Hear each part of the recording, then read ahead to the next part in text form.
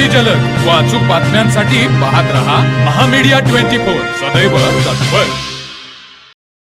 इचलकरंजी फाटा येथील बंद पडलेला हायमास्ट दिवा तात्काळ सुरू करावा, तसेच हातकणंगले नगरपंचायत हद्दीतील अंगणवाड्यांचा खंडित वीज पुरवठा पूर्ववत करावा या मागणीसाठी राष्ट्रवादी काँग्रेस पक्षाच्या वतीने हातकणंगले नगरपंचायतीचे मुख्य अधिकारी विशाल पाटील यांना निवेदन देण्यात आले।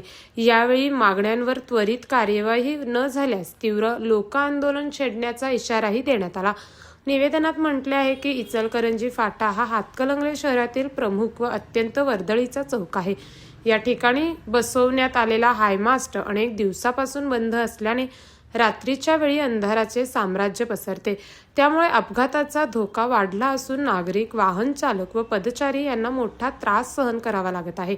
नागरिकांच्या सुरक्षेच्या दृष्टीने हायमास्ट तातडीने सुरू करणे आवश्यक असल्याची मागणी करण्यात आली। तसेच नगरपंचायत क्षेत्रातील अनेक अंगणवाड्यांचा वीज पुरवठा अद्याप सुरू झालेला नसल्याने लहान बालके, गर्भवती व स्तनदा माता तसेच अंगणवाडी सेविकांना विविध अडचणींना सामोरे जावे लागत आहे।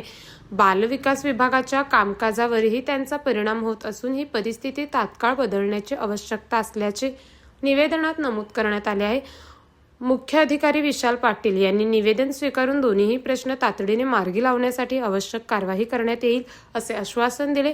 मात्र प्रशासनाने याबाबत विलंब केल्यास नागरिकांना सोबत घेऊन लोकशाही मार्गाने तीव्र आंदोलन करण्यात येईल असा स्पष्ट इशारा राष्ट्रवादी काँग्रेस पक्षाच्या वतीने देण्यात आला। यावेळी राष्ट्रवादी काँग्रेस पक्षाचे शहराध्यक्ष अमित खोत, युवा नेतृत्व अनिस मुजावर आणि पलाश स्वामी उपस्थित होते।